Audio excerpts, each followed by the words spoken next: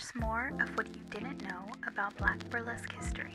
Today we will be learning about Aida Overton Walker, also known as Queen of the Cakewalk, an American vaudeville performer. She regularly performed in white venues in New York, an achievement few African American entertainers of the Victorian era could claim. Born February 14, 1880 in New York City, she was educated and gained musical training at an early age.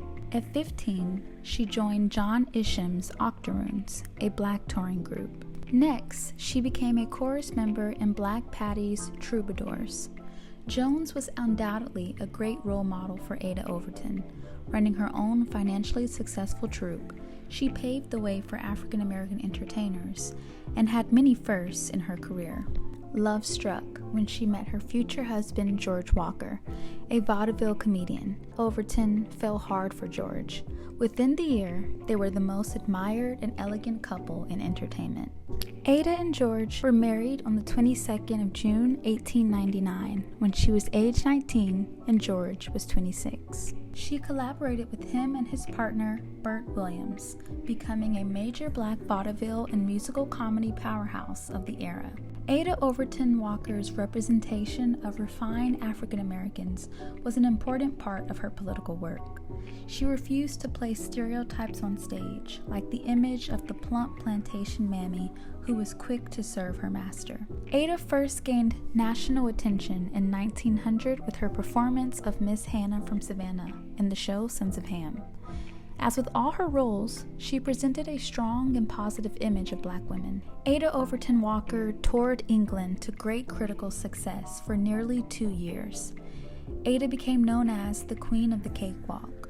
While on tour, British society women invited her to their homes for private cakewalk lessons. In 1912, Aida Overton Walker performed her interpretation of the Salome dance at Hammerstein's Victoria Theatre.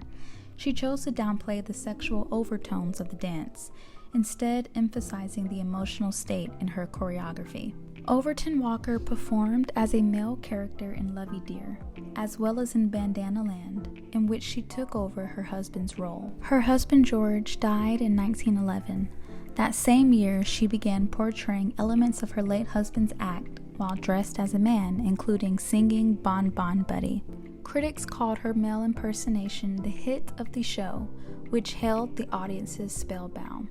Many newspapers printed cartoons of her in male attire, which became an iconic image of theatrical cross-dressing.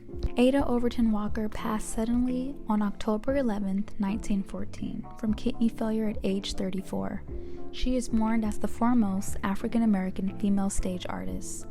Aida Overton Walker expressed her belief that the performing arts could have an effect on race relations, stating that, "I venture to think and dare to state that our profession does more toward the alleviation of color prejudice than any other profession among colored people."